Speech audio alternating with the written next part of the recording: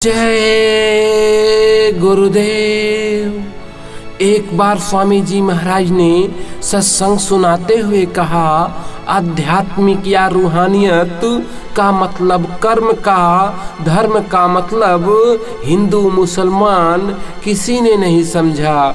कोई मुसलमान मुझे बता दे कि कुरान की किस आयत में कुर्बानी लिखा है। कुर्बानी तो इंद्रियों की करनी थी। मुहम्मद का नूर गाय, बकरी, बिल्ली, चूहे, मुर्गी, मछली सभी में है। अगर तुम उसके नूर को दुख पहुंचाओगे तो खुदा तुमसे रूठ जाएगा और तुमको दोजख और नरकों में बड़ी मार सहनी पड़ेगी। तुमको इस बात का पता नहीं है जो खुदा के बनाए हुए जीवों को सताता है, खुदा नाराज होकर क्या करेगा, यह आप पुस्तकों में पढ़ें। कलयुग का यह मलिन समय है, यह समय इंद्रियों के विकारों का है, बुद्धि के खराब होने का है। इसमें खान पान का कोई विचार नहीं, चाहे अच्छा खाना हो या बुरा, केवल खाने से मतलब है। इसलिए आज के युग में उन आचार्यों की जरूरत है जो सही मार्गदर्शन कर सकें। जब तक महात्मा सबके बीच आकर प्रेम का, सदाचार का, अनुशासन का पाठ नहीं पढ़ाएंगे, तब तक स्त्री पुरुषों का चरित्र बल उठ नहीं सकता। इसलिए आज के युग में महात्माओं की विशेष जरूरत और आवश्यकता है। हम धर्म से गिर गए, कर्म से गिर गए तो हमारे पास बचा क्या? हम झूठ बोलते हैं, धोखा देते हैं, दूसरों की निंदा आलोचना करते हैं, दूसरों की बहू बेटियों को कुदृष्टि से देखते हैं क्योंकि हमारा चरित्र गिर गया। विषय विकारों की लपेट में हम शिकार कर रहे हैं। जब हमारा हर तरफ से पतन हो गया तो हम अपने इस युग में राजनैतिक विधान के अनुसार उठ नहीं सकते। राजनैतिक विधान में प्रेम का प्रचार नहीं है और न ही बंदोबस्त का प्रचार है।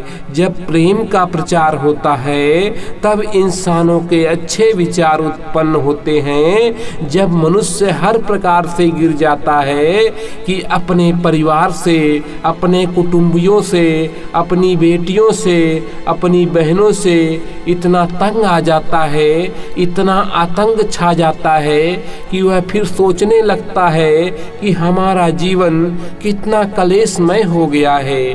प्रेम का प्रचार जो महात्माओं द्वारा होता था उसके न होने से गृह युद्ध हो गया। ऐसा कोई घर परिवार नहीं है जो अपने परिवार के आदमी से दुखी ना हो। पहले गृह युद्ध, उसके बाद समाज युद्ध, उसके बाद राज युद्ध।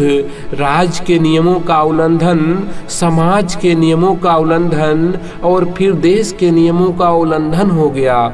इस तरह से इसका नाम हो गया गृह युद्ध। अब बगैर महात्माओं की शिक्षा के न तो परिवार सुधर सकता है, न समाज सुधर सकता है और न ही देश सुधर सकता है। मनुष्य शरीर आपको बड़े भाग्य से मिला है। आपको जानना चाहिए कि यह मानव शरीर परमात्मा की प्राप्ति के लिए ही मिला है। आप अपने समय को दुनिया के कामों में व्यर्थ न गंवाएं। धीरे धीरे समय जा रहा है।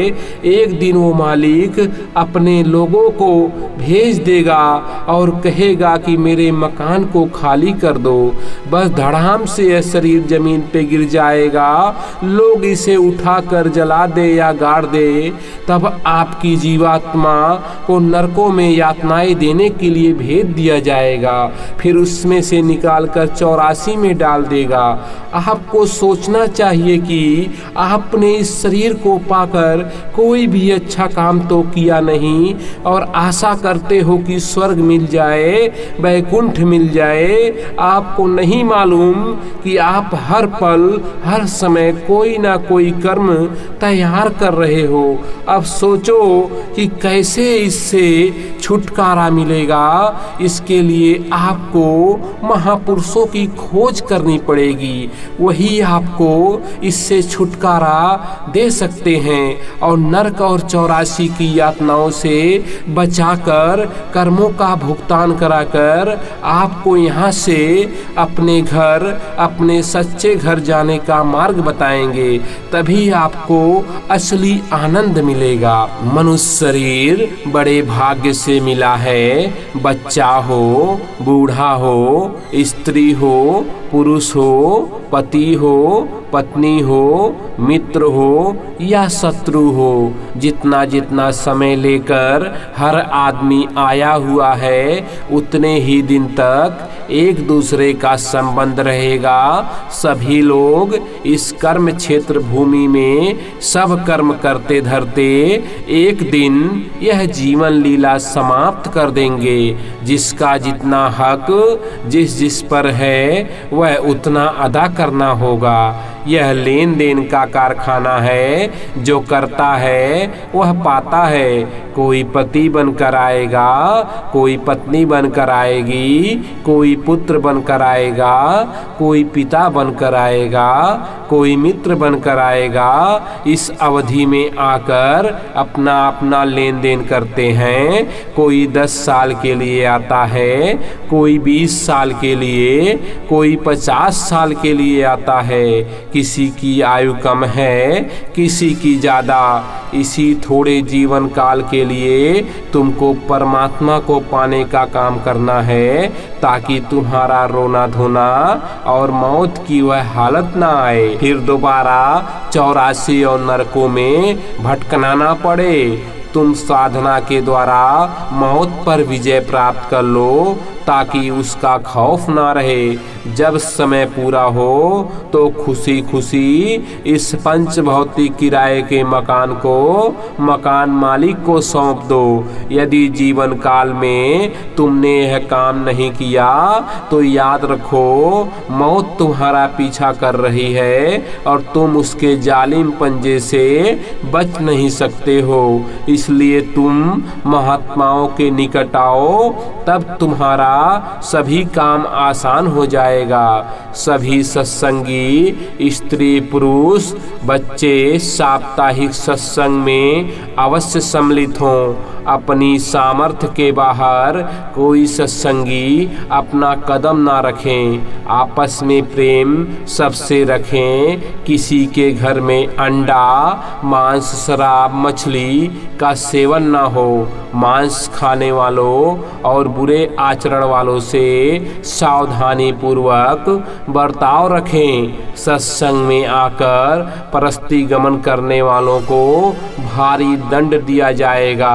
रिश्वत त्यागना जरूरी है। जो लोग प्रभु को पाना चाहते हैं, शिव नेत्र खुलवाना चाहते हैं, स्वर्ग, वैकुंठ, शिवलोक, विष्णुलोक, ब्रह्मालोक, चंद्रलोक, शक्तिलोक, ईश्वरलोक में जाना चाहते हैं तो जल्दी समीप में आवें। इन लोकों के आनंद को पाकर तुम खुशी से नाच उठोगे और प्रतिदिन शरीर, परिवार और सामाजिक कार्यों से निमित्त होकर तुम इन्हीं लोकों में आकर रहना पसंद करोगे।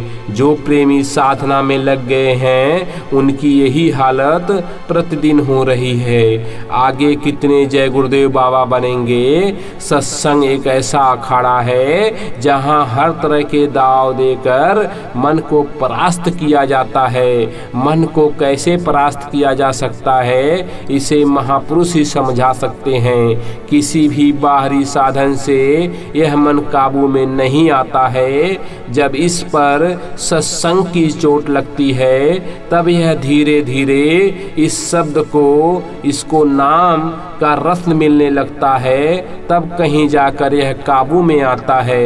यह मन काल का वकील है और जीव को हरदम बहकाता रहता है। जीवों को बहकाने के अनेकों रास्ते हैं। अभी क्या देखते हो, अभी तो कितने जय गुरुदेव बाबा बनेंगे और लोग भ्रमित हो जाएंगे। जो नकल करेगा वह मार खाएगा, इसलिए सब लोग संभल जाएं। पहले से आगाह कर देना मेरा काम है, ताकि आगे कह ना सको। जय गुरुदेव।